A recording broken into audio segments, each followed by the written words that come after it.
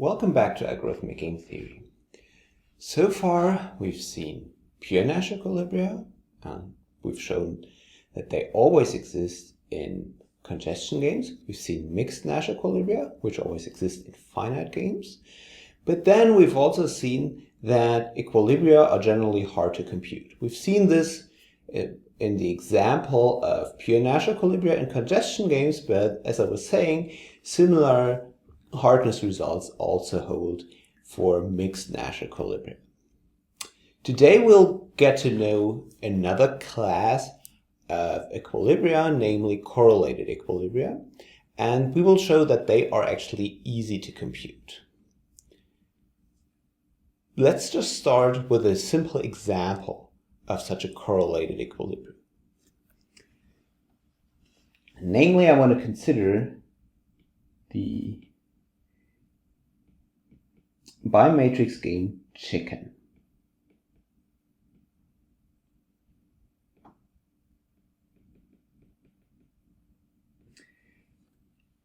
Here we have again two players, and these players, both of them have both the same strategies, namely they can cross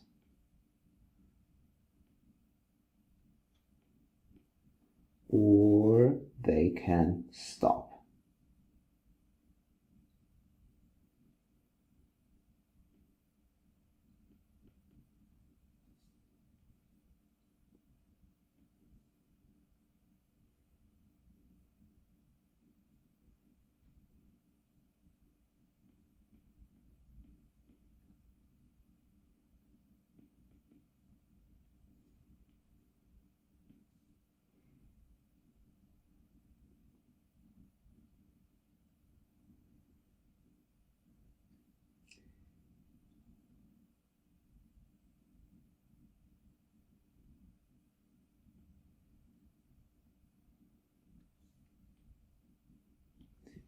And what's the story behind this game? Well, there are two car drivers approaching an intersection.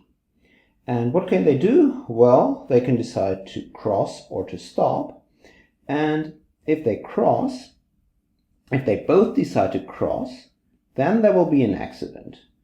This comes with a pretty high cost for both of them. Namely, let's just say 100 for this example. Or they can decide to stop. Well, if I'm the one who stops, then I have a cost of 1.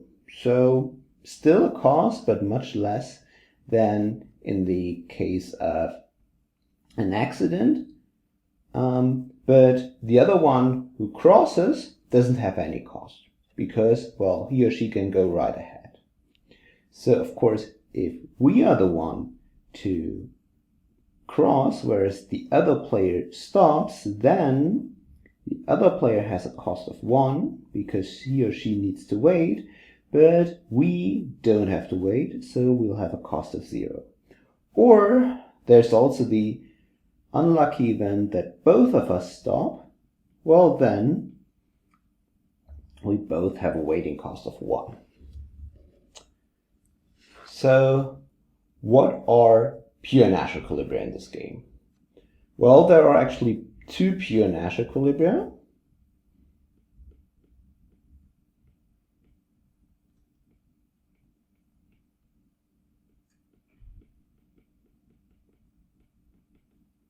Namely, it is that one of the two players crosses and the other stops.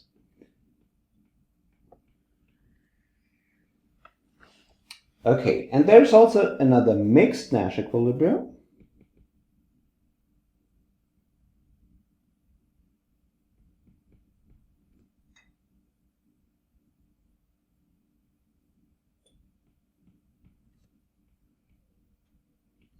And of course, the two pure Nash equilibria are also mixed Nash equilibria.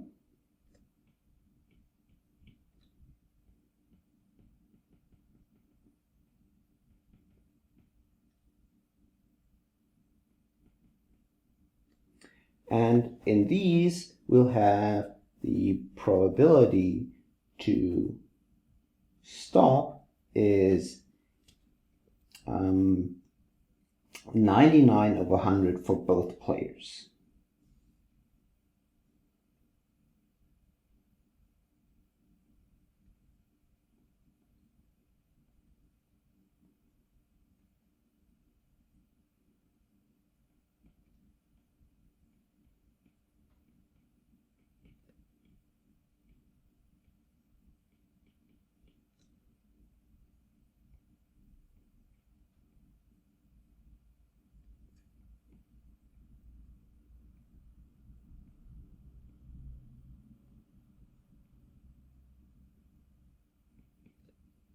And of course, crossing has a probability of 1/100. So, is this what we will typically see in a traffic situation? Well, maybe we see one of these two pure Nash equilibria, namely, if there's a way of right, if, well, one of the streets actually has the privilege to go first. Okay, that's an easy thing.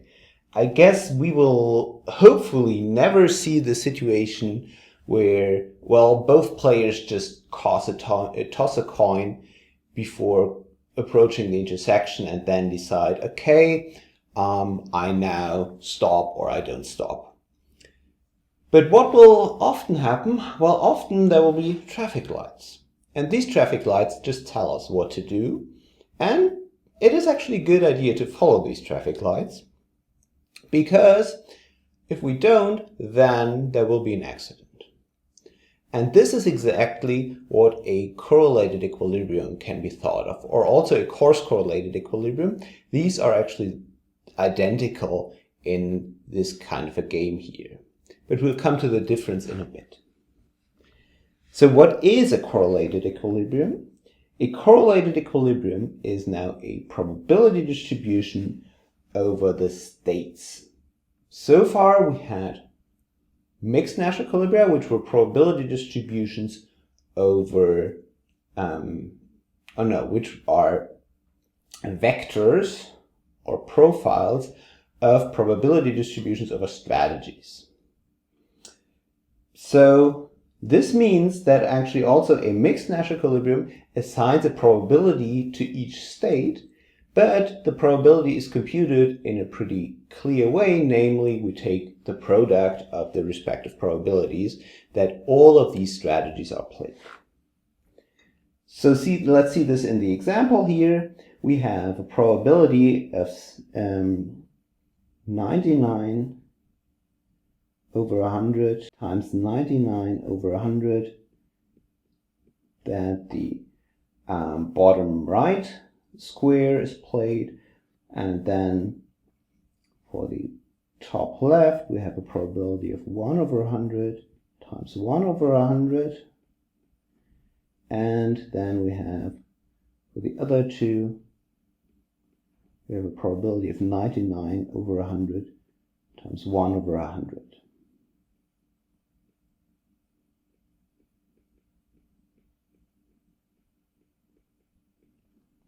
Good. So this is also a way we can think about a mixed Nash equilibrium, namely that these assign probability distributions to each of the states. And also a pure Nash equilibrium does this, but it does this in a pretty trivial way, namely it just puts a probability of 1 to one of the states and 0 everywhere else. Good. Now, a correlated equilibrium does exactly the same, except for not being a product distribution. So, how can this look? Well, let's change this example here.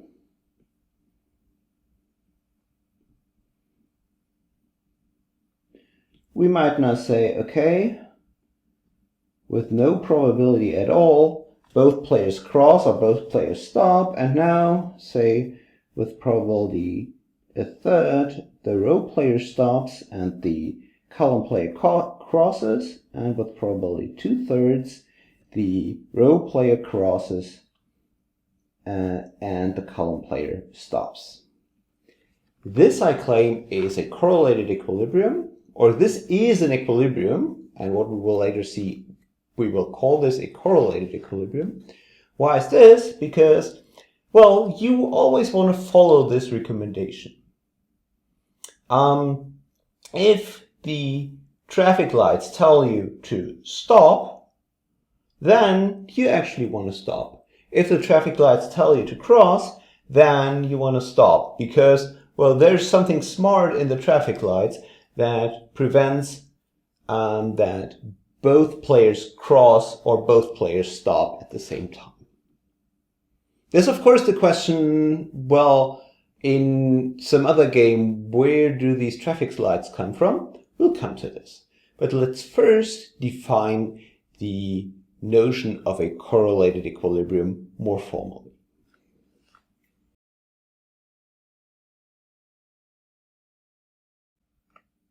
So let's now define a correlated equilibrium formally, and this will result in a hierarchy of equilibrium concepts, because we've already seen two equilibrium concepts, namely pure Nash equilibria and mixed Nash equilibria.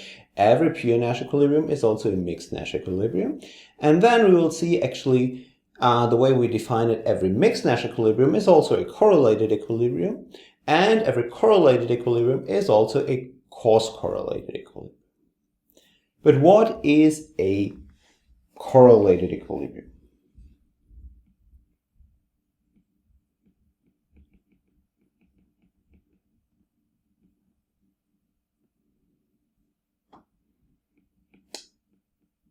A correlated equilibrium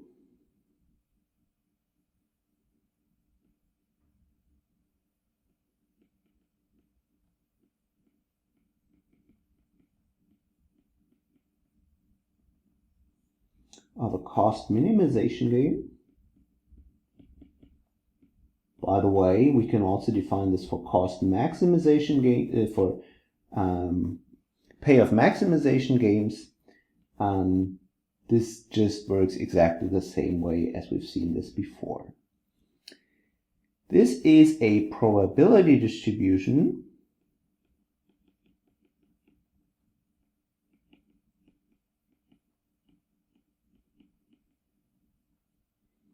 P on the set of strategy profiles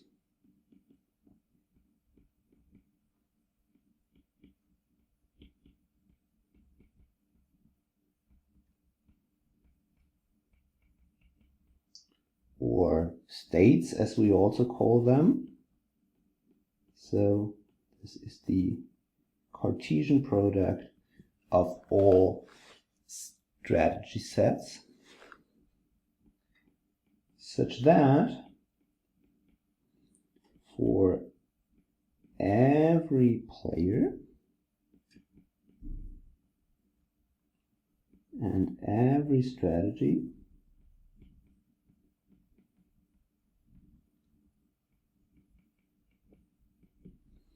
and every deviation,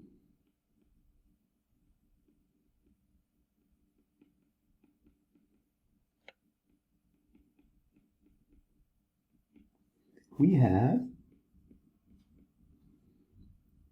the expected cost of player I when playing according to P. We're conditioned on player I playing SI. This is at most the expected cost where player I now plays SI prime instead.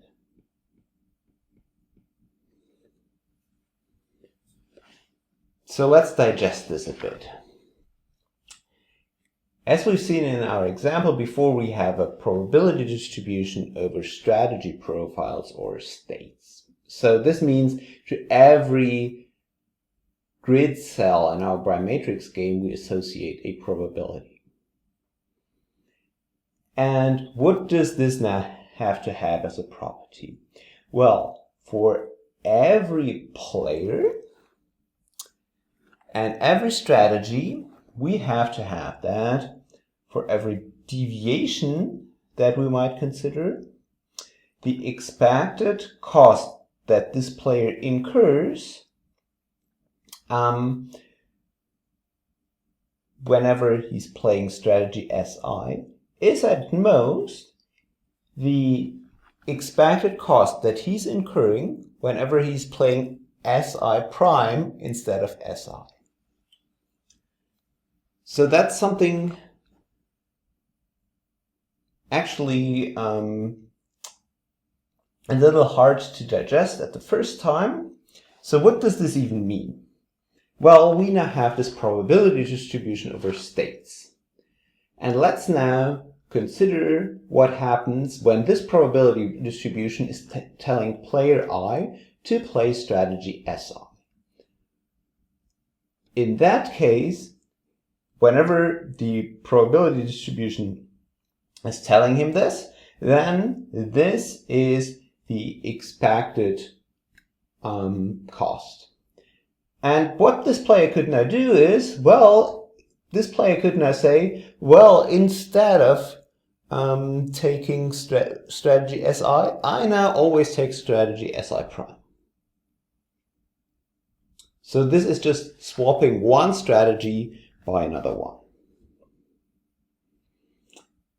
We can also write this in a different way. Maybe that is sometimes easier to follow.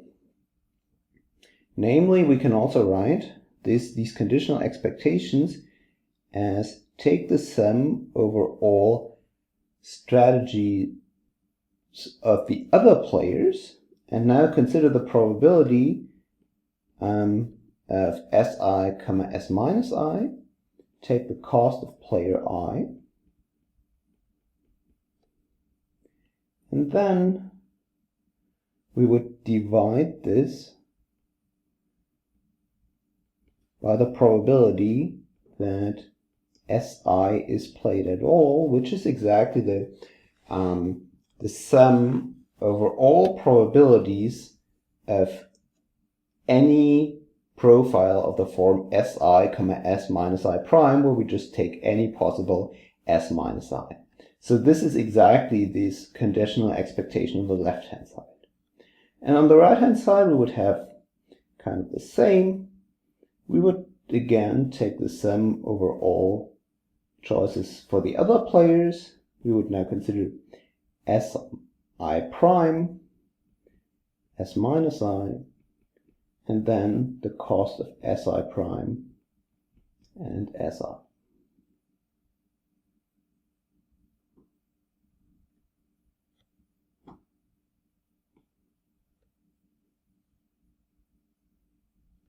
And once again, we divide this by the respective probabilities. Oh, I made a big mistake here, because I wrote it this way, and this is incorrect. Why is this incorrect? Well, this would mean the probability that SI prime, S minus I is played. But this is not what we mean here. We mean the probability that SI, S minus I is played. And then the only thing that we do is, when such a thing happens, when the probability distribution actually tells us to play SI, then we play SI prime instead, and we get this according cost.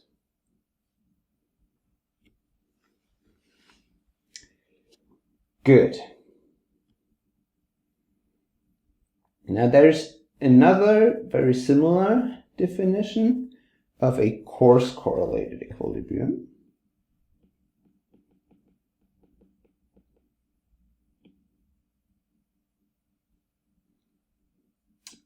A coarse correlated equilibrium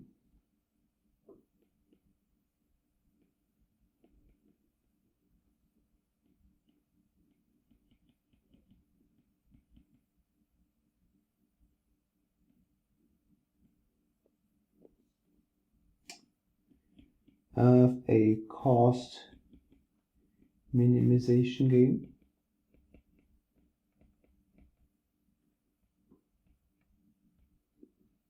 This is also a probability distribution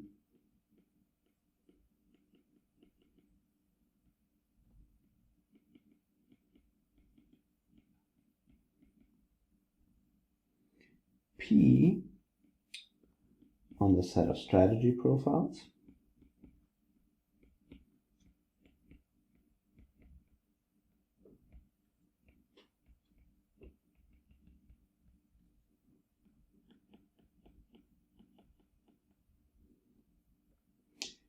Such that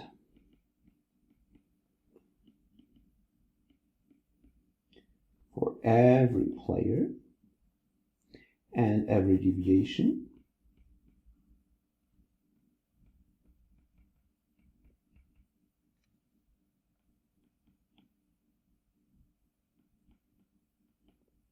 we have that the expected cost when you play according to what the probability distribution tells you to do, this is at most the cost that you have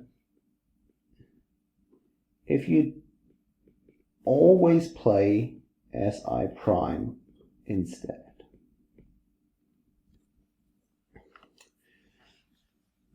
So I think this is a little easier actually to understand, because now we have the probability distribution on the set of states, and this now tells us to do something. And what might we do alternatively? Well, we might also just say, well, totally ignore what the probability distribution is telling us to do. We just always play SI prime instead. So regardless of what this probability distribution is telling us to do. In the correlated equilibrium, this is a little different, because, let me go back, there we consider, well, the probability distribution tells us to do something, and we actually have a look at this. And then we see, okay, this now tells us to do SI, and let's now do SI prime instead. And what you observe here is that every correlated equilibrium is also a coarse correlated equilibrium, because here you might as well, okay, it's not entirely trivial to see at this point if you're not familiar with this, but here you're actually having a closer look at what the probability distribution tells you. And you are more flexible, because you can say, whenever the probability distribution tells me to do A, I do B instead. In the coarse correlated equilibrium, the way you think about this is only, regardless of what the probability distribution tells me to do, I always do B instead.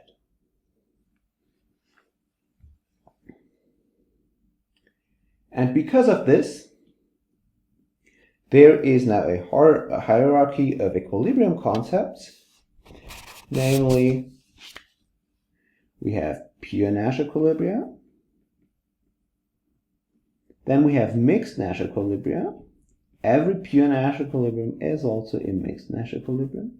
Then we'll have correlated equilibria. Every mixed Nash equilibrium is also a correlated equilibrium. And then we'll have coarse correlated equilibrium. Every correlated equilibrium is also a coarse correlated equilibrium. We've seen many examples that not every pure Nash equilibrium and not every mixed Nash equilibrium is also a pure Nash equilibrium, but the same thing also holds for correlated equilibria and mixed Nash equilibria, for example. If you go back to the example of chicken, there we've already seen one further correlated equilibrium, which was not a mixed Nash equilibrium because it was not a probability distribution. It was not a product distribution, what we would always have for a mixed Nash equilibrium.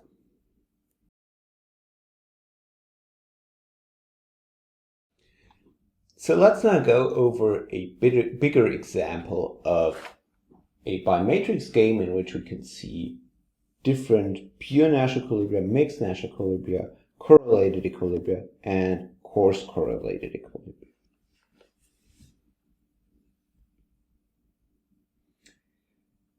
So we'll have three strategies, both the row player and the column player. It's A,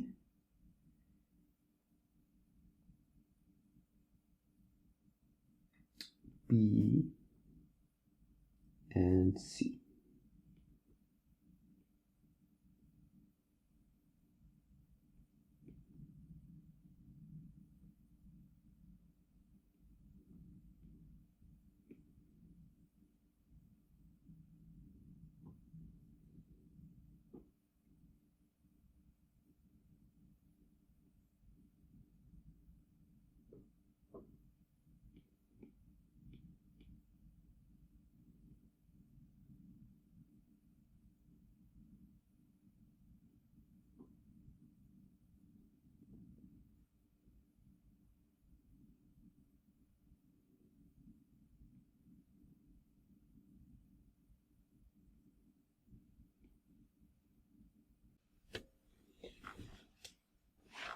So what's the general structure of this game? Well, there are actually two kind of disjoint parts.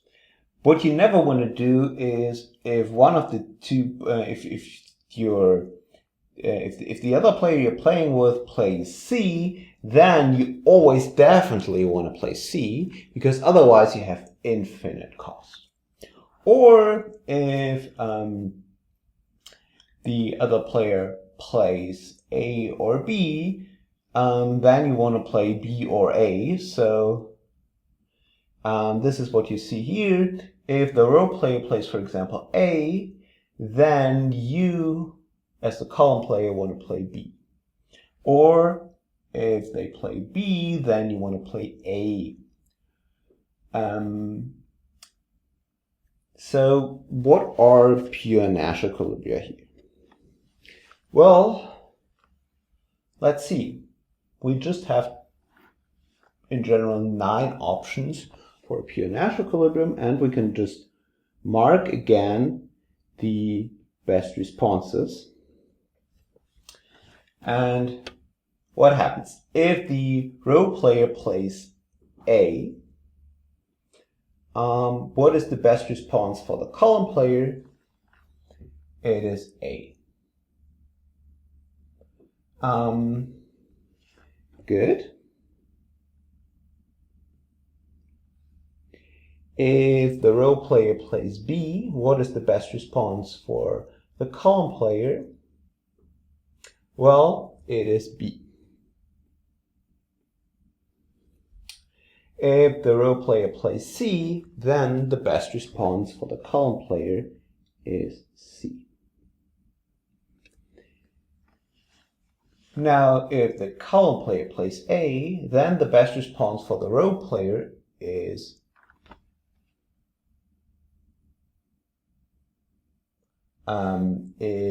B.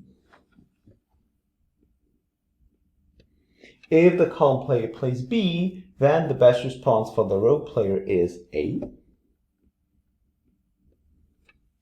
And if the column player plays C, then the best response for the row player is to also play C.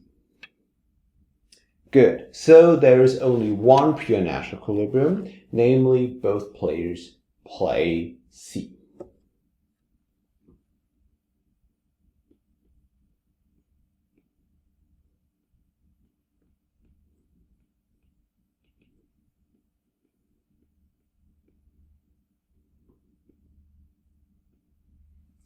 Good. There is another mixed Nash equilibrium here.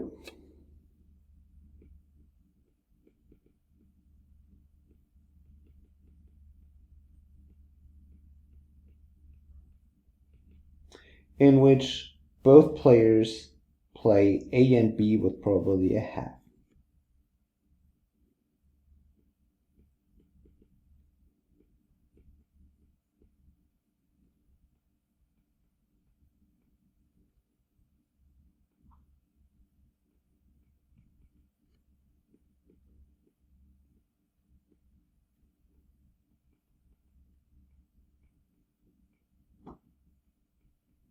Good.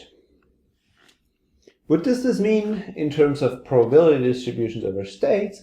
Well, this means that, well, the pure Nash equilibrium, that's just a probability of 1 down here. The mixed Nash equilibrium means that we have a probability of a quarter here, here, here, and here. But there are many more correlated and coarse correlated equilibria. For example, what we might do is we might play each of these with probability only in eighths and play this down here with probability a half. This is a correlated equilibrium.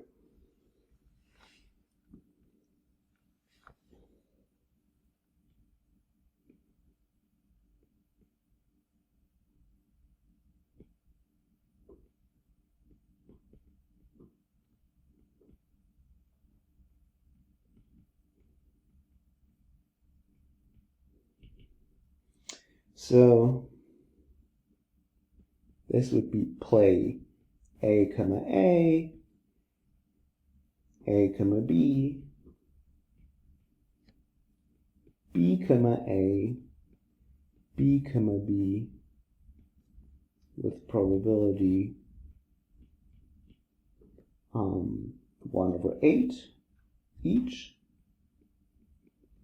And we also play C comma C with probability a half.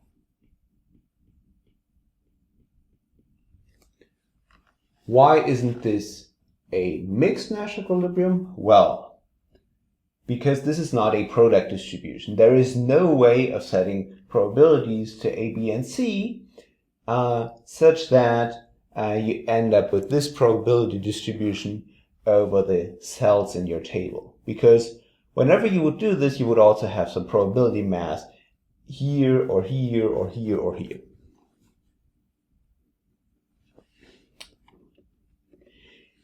Indeed, there is also a correlated equilibrium here, a coarse correlated equilibrium, which is not a correlated equilibrium.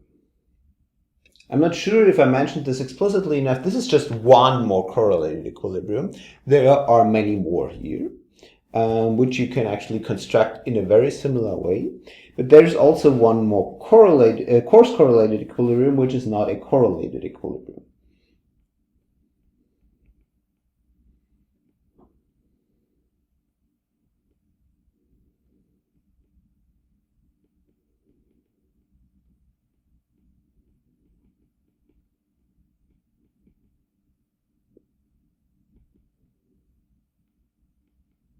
And that would be play A comma A and C comma C with probability a half each. Now, what's the difference between these two equilibrium notions? Well, let's see this in this example.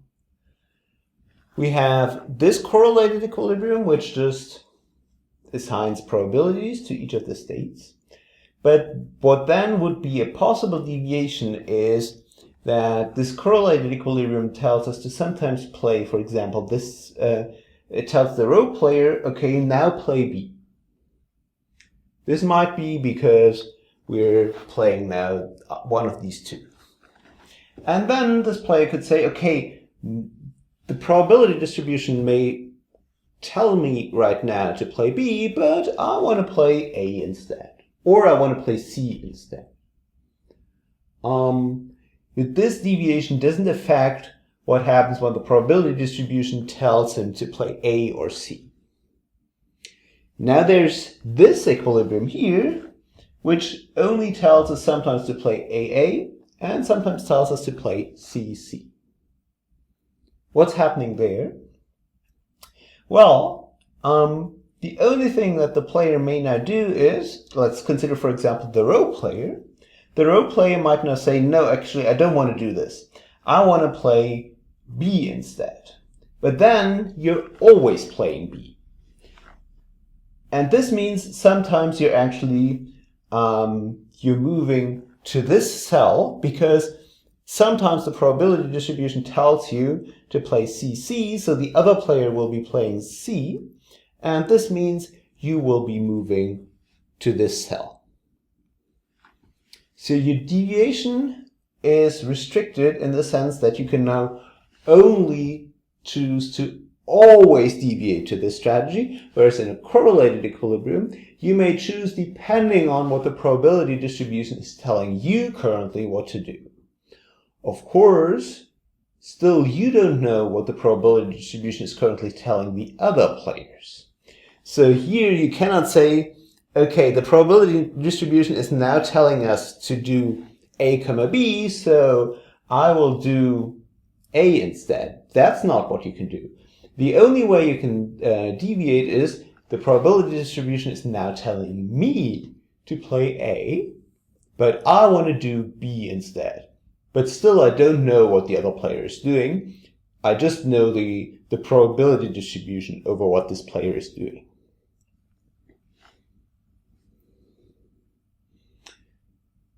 So you may not think, wow, how on earth should anything happen like this, that there is a probability distribution that tells us what to do? And, well, unfortunately, I have to ask you to wait for another bit, but later today we'll actually see that by very natural dynamics, we will converge to such coarse-correlated equilibria, or in a slightly modified way, one can also converge to correlated equilibria.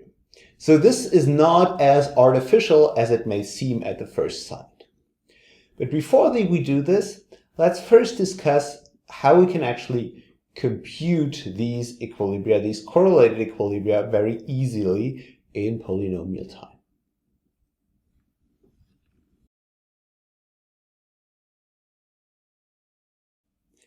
The nice thing about correlated equilibria is that they can be computed in polynomial time, and we can do this via linear programming. So let's see how this works. And let's first write down our theorem.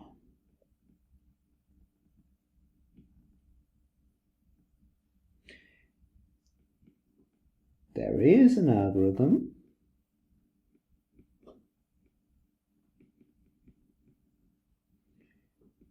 to compute a correlated equilibrium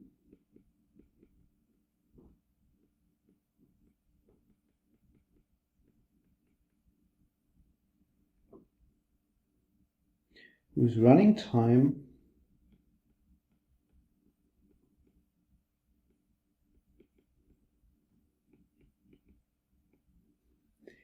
is polynomial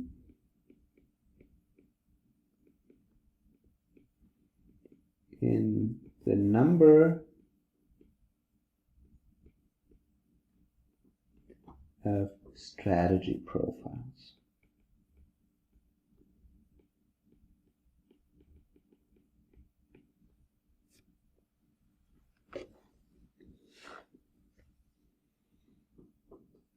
Good.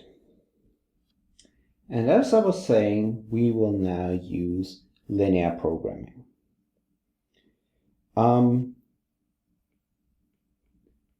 What did the what does the equilibrium require us to have?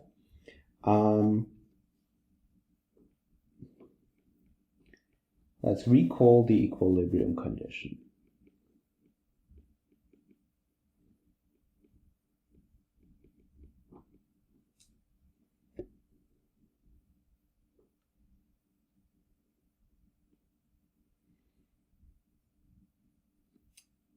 We now require that for all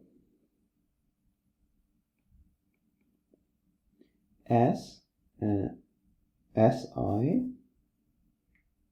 for all, let's first start with all players I, and all Si and Si prime, we have that you cannot gain from unilaterally deviating from what the probability distribution is telling you to do.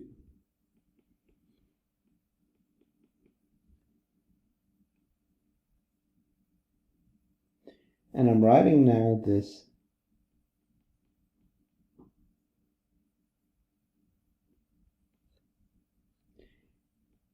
with x, because x is supposed to be my variables.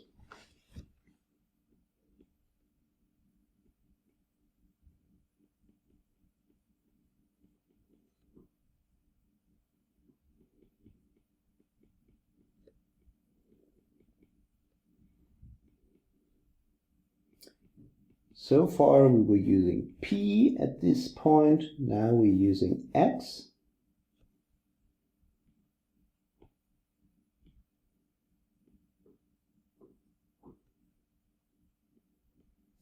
Because, once again, as I was saying, these will be the variables of our LP.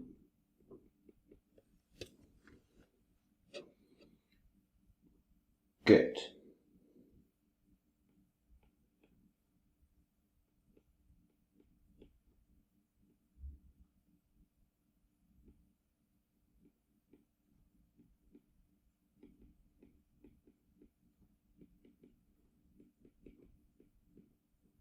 We use the x-as as variables in a linear program. Now these are not linear constraints because we still divide by something, but fortunately the denominator is the same on both sides. So we might as well multiply this by the denominator, and then we get linear constraints.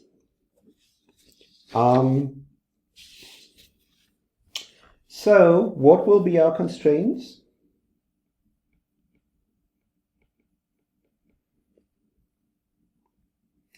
We want to now have that the numerator on the left-hand side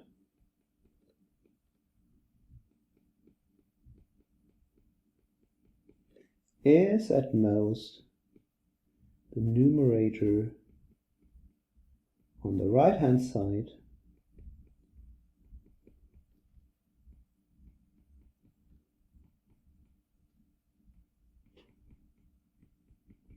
and this has to hold for all I in n, Si in S, capital Si, and also Si prime in capital Si. Good. Now these are the equilibrium constraints. What else do we want? Well, we want this to be a probability distribution.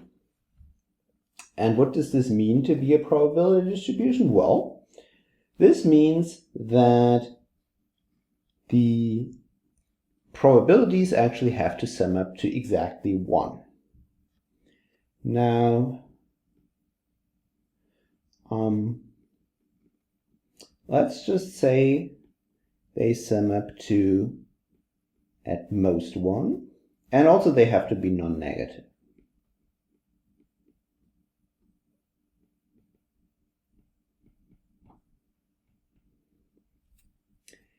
And how do we complete this? Well, the smart thing now that we can do is we can just turn this into actually an optimization problem by saying, okay, maximize the sum of all probabilities subject to these equilibrium constraints, and that the probability is no more than, the overall probability is no more than 1.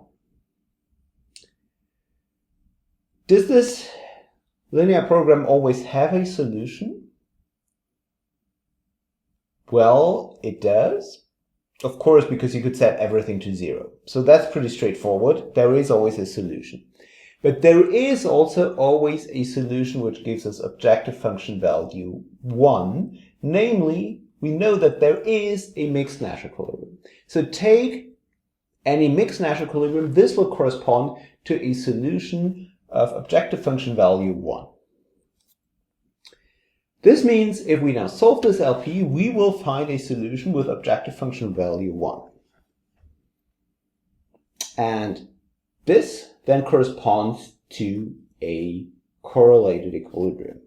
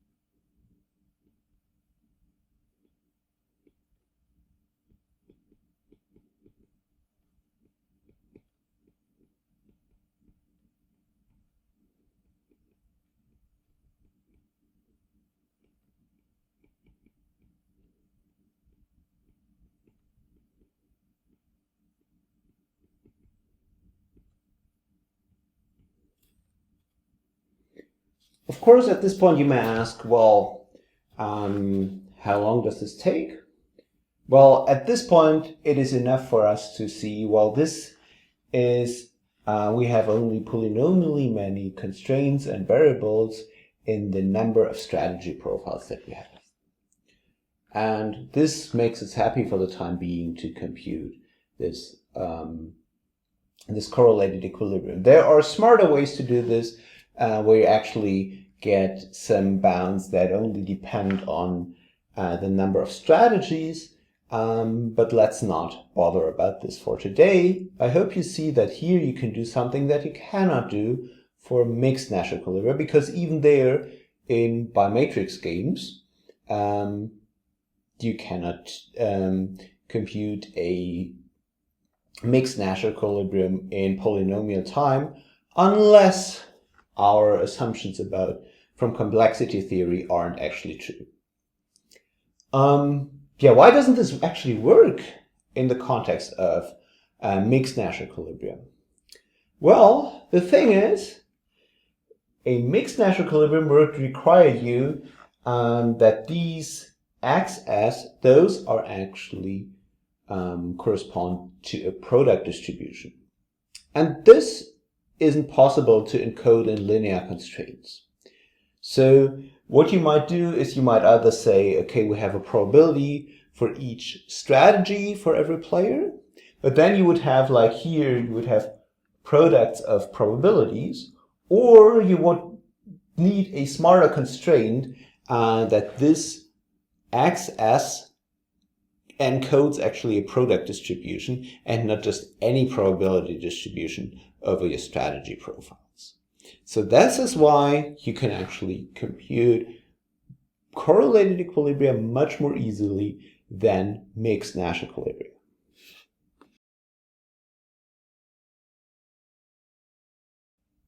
So now we've seen that indeed correlated equilibria can be, via this linear programming approach, can actually be computed in polynomial time in the number of strategy profiles. But as I was saying, at least I'm not quite happy with this because, well, who should be the one solving this linear program, and why should the different players now know what to do? Who is this, well, these traffic lights? Who is controlling this probability distribution to tell each of the players what to do? This isn't actually quite clear. But fortunately, there is a much more compelling argument for correlated and coarse-correlated equilibria, namely that very natural dynamics actually converge to such equilibria. And we will see these now. Those are called no-regret dynamics. So what does this mean to have such a dynamic approach?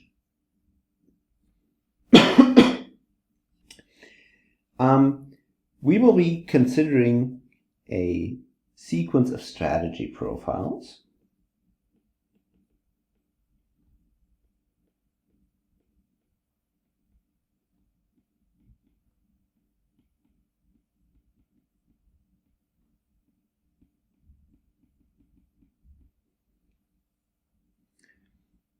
S1 through S capital T, those are all defining a strategy for each of the players. And now, let's assume that we have the following property.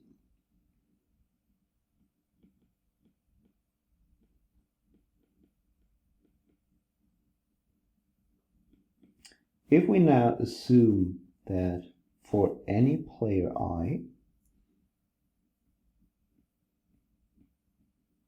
and any deviating strategy Si prime, we have the following, that the sum of the costs over the different time steps, we now have capital T time steps, and the sum of the costs that this player incurs in this entire sequence is at most the cost that this player would incur if he or she deviated to always playing Si prime plus some epsilon times t term. Then the probability distribution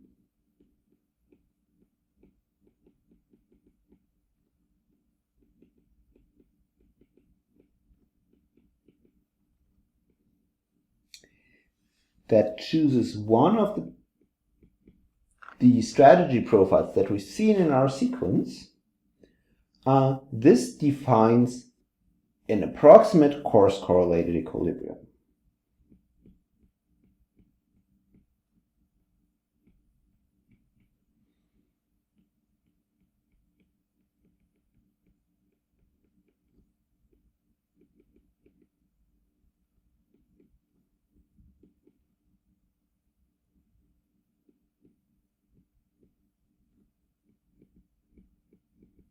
So what do I mean by this?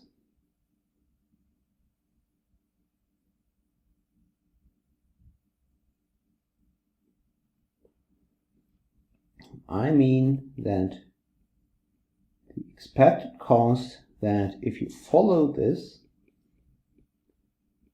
the recommendation by whatever the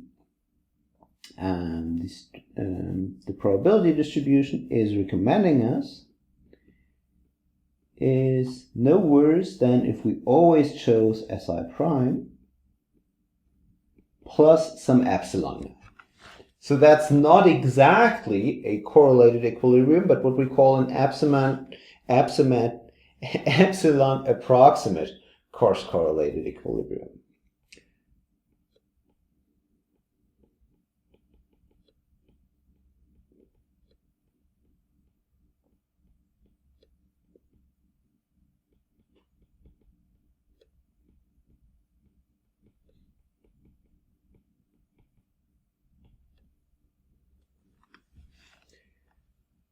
Okay,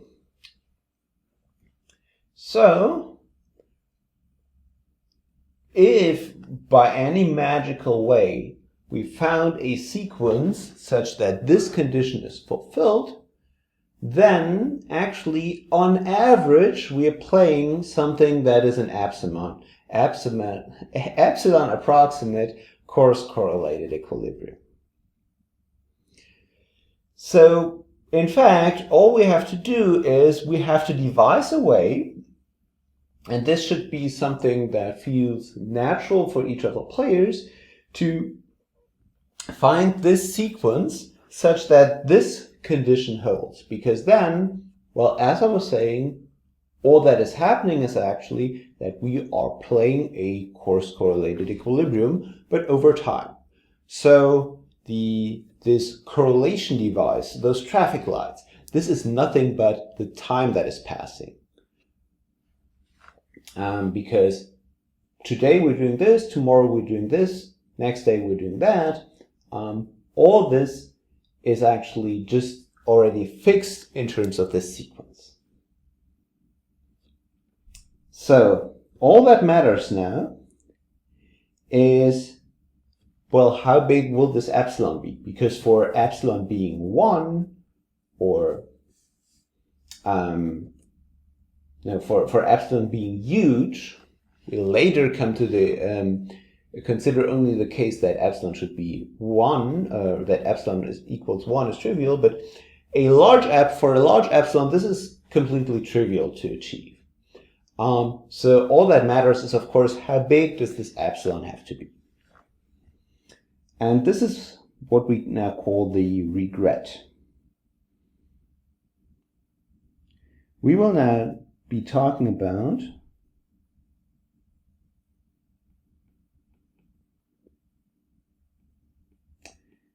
take the maximum over all possible deviations.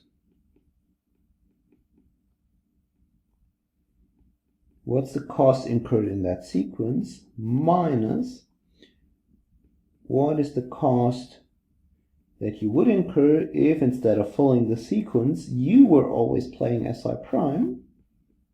The others don't change anything. This is what we call the external regret of player I.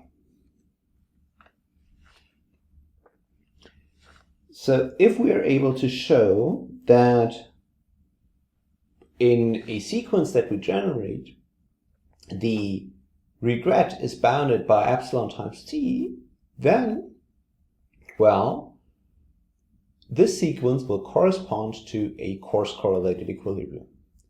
By the way, you can do something very similar for correlated equilibria, but as you have might realized, first of all, defining correlated equilibria is a little more involved than coarse correlated equilibria, and also the algorithms that then generate these sequences that then imply these dynamics to get these according sequences, those are more involved. So that's why we will only be talking about coarse correlated equilibria here, although actually everything also holds for correlated equilibria.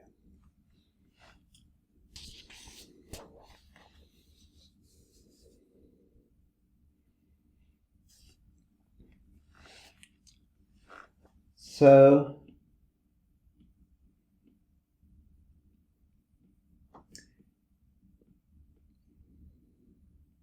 to devise all of this, we will be playing against, we will first consider the setting that we're playing against an adversary.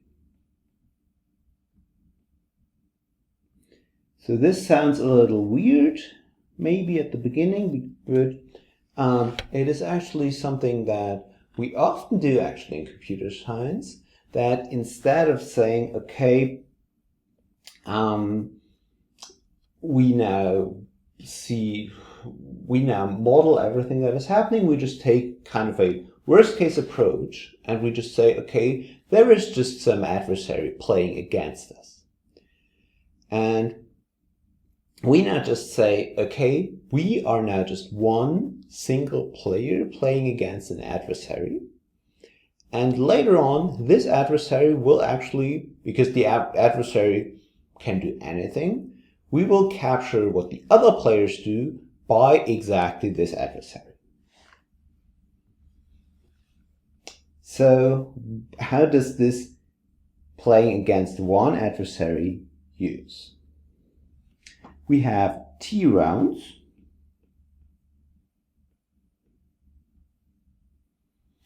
And the single player tries to minimize her cost.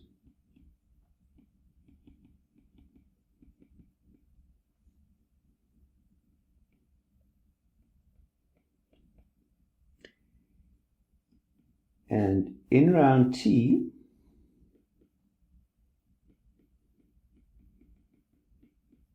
the following happens. First, the player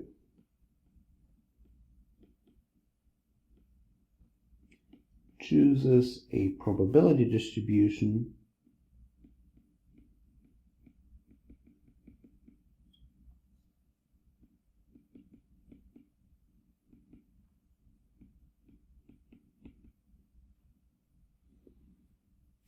PT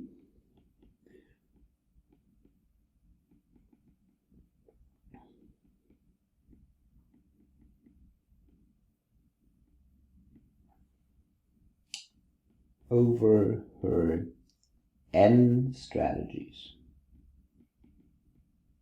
So she now has N different strategies, capital N different strategies. So this shouldn't be mistaken with small n, the number of players that we have. We now have only like 2 players involved here, the player and the adversary.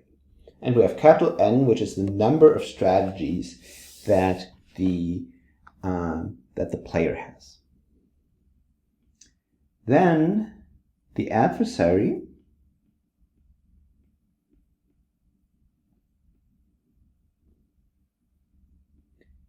picks a cost vector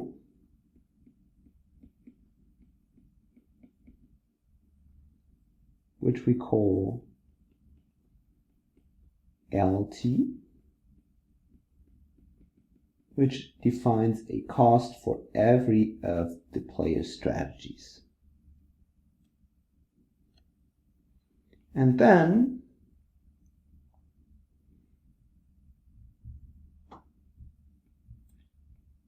one strategy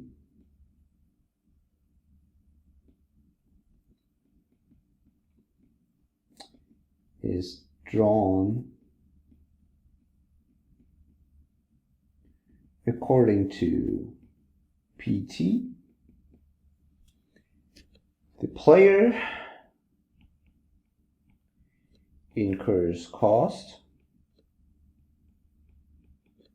CT subscript AT and gets to know CT.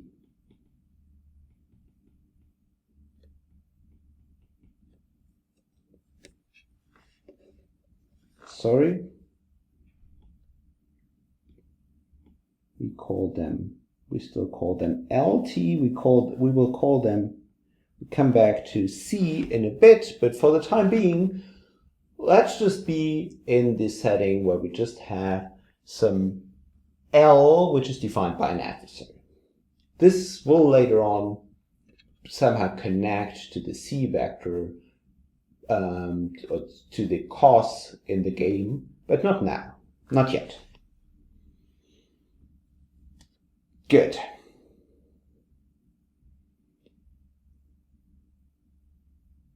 Now, what do we want? We want a bound on the player's external regret.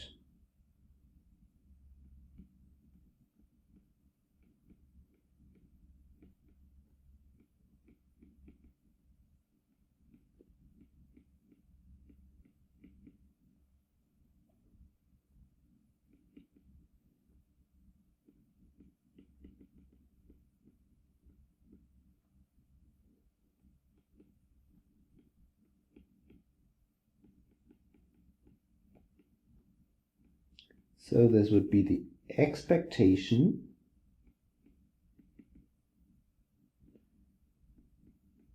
minus the cost that we have minus the cost of the best single action that there is, or strategy.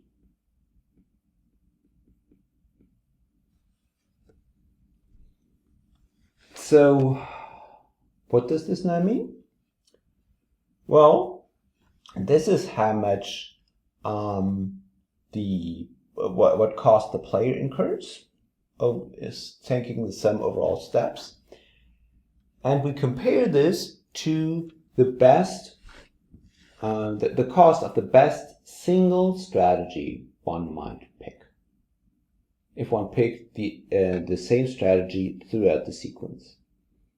I hope you realize that this does already relate to what we do in this correlated equilibrium.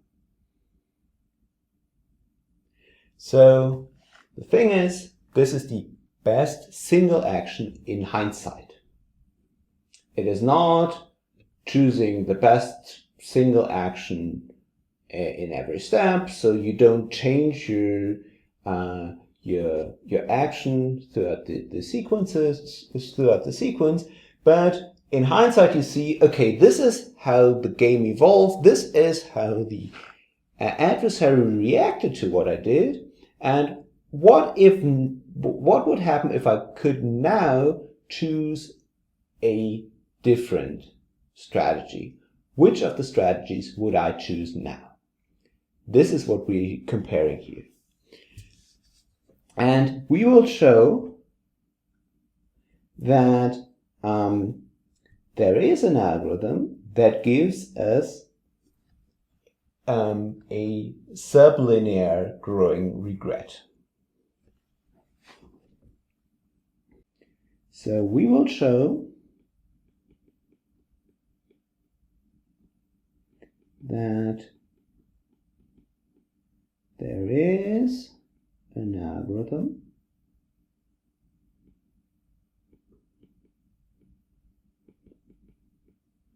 that guarantees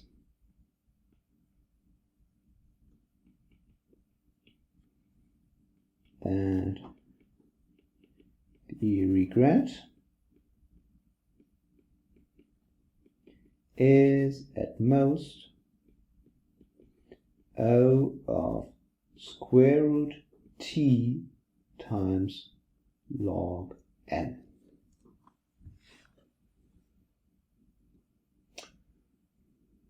What does this help us? Well, let's quickly go back to where we were starting from. If now the regret only grows in the order of square root t, then this epsilon will be like 1 over square root t. So this means the longer and longer we run this, the smaller this epsilon will become, and the more approximate this coarse correlated equilibrium will be.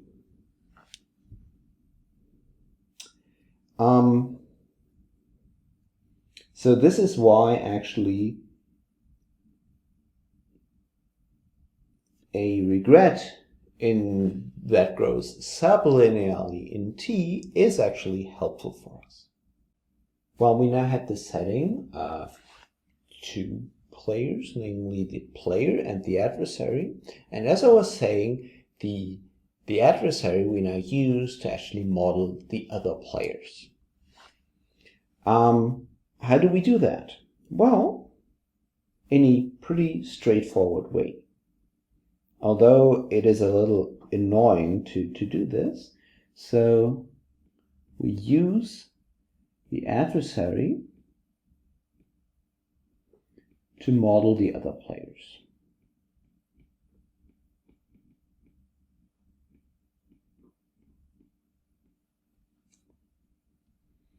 And how do we do this? Well, we set LJT to the cost that player I incurs if he or she uses strategy J, while the other players are using strategies S minus I superscript T.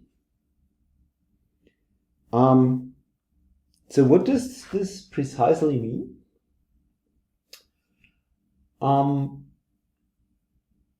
Well, we are now in our sequence, and at every point in time, the player actually has the choice between multiple strategies. And the cost that the player will incur depends, of course, on what the other players do. And this is what we capture here by saying, okay, take the cost that you would get if you chose now strategy J and the other players chose strategy S minus I superscript T. The difference is, or the difficulty is, of course, when you're deciding the strategy J, then you don't actually know what the other players are doing. But that's okay, because in our game against an adversary, the way we defined this was that the adversary actually chooses the cost vector only after we have already defined our probability distribution. So that's okay, because at the time where we are choosing our probability distribution for the current step, we don't actually need to know what the other players are doing in this particular current step. And the nice thing about the no-regret algorithm and no-regret property is now that, well, although this adversary is so extremely strong, we still have the no-regret property. We can still bound the regret. This is something we still have to prove. But accepting this for the time being, let's just see how we now get to the coarse correlated equilibrium, as I was claiming this multiple times already. So we will claim the following theorem.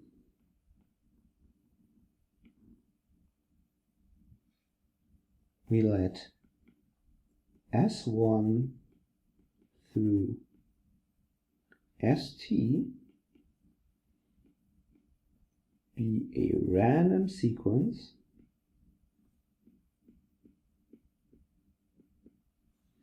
generated by each player using a no-regret algorithm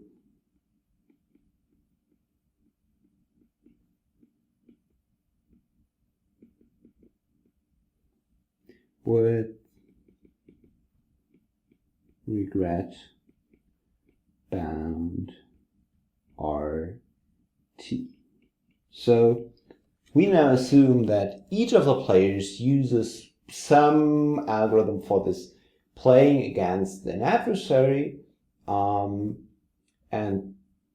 these players use the adversary to actually model the other players, as we wrote this down here, and we assume that this is done in such a way that this algorithm guarantees a regret bound of RT.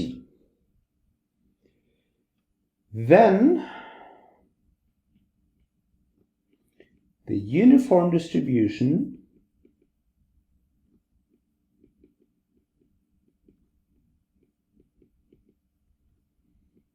over S1 through ST is an RT over T approximate coarse correlated equilibrium.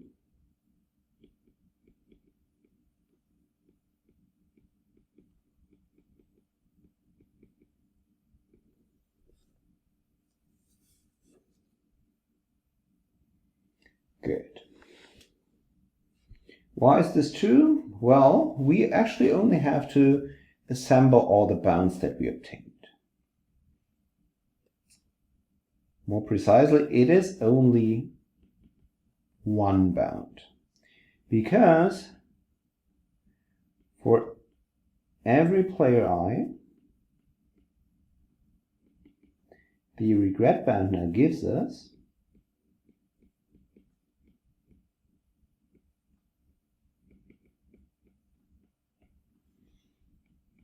that the expectation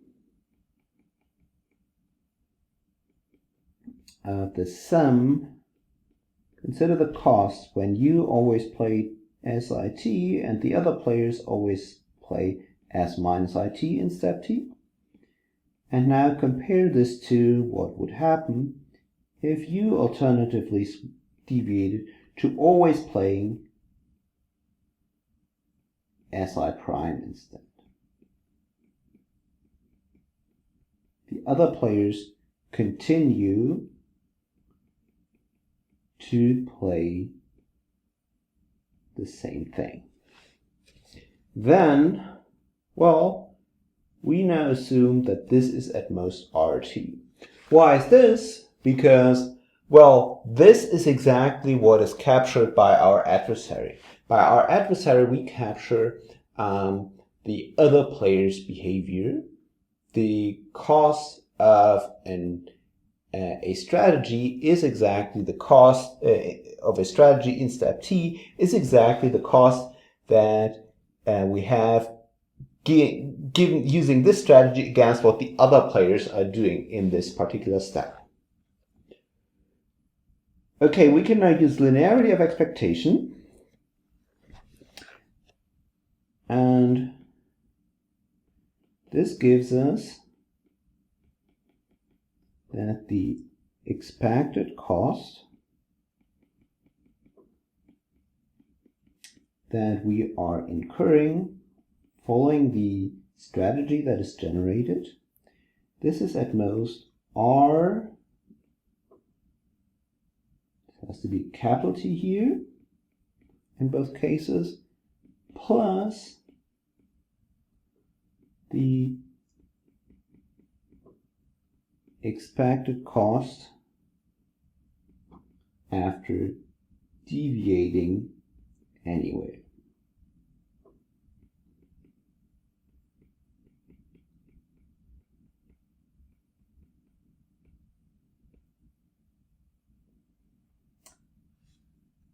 And we may now move the minimum outside the expectation, because this can only give us something that is bigger.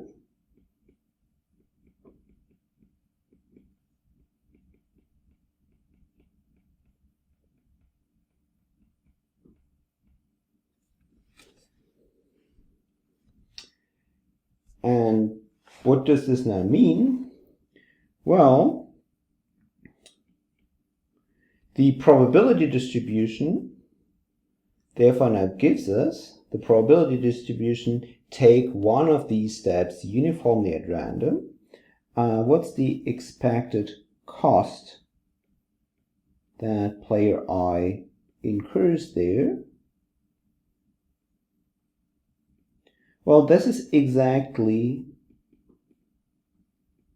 1 over t times the sum of the costs for the individual steps.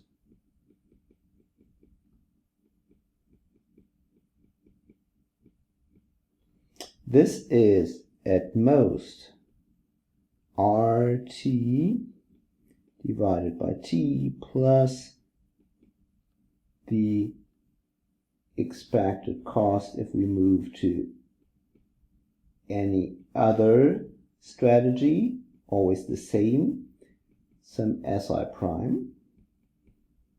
SI prime may not be an arbitrary strategy. And this here, this is exactly RT divided by t plus the expected cost if everybody follows the distribution P, but we now choose to use SI prime instead. And this holds for all SI prime in SI. And this is exactly the definition of a coarse correlated equilibrium, where this here is our epsilon.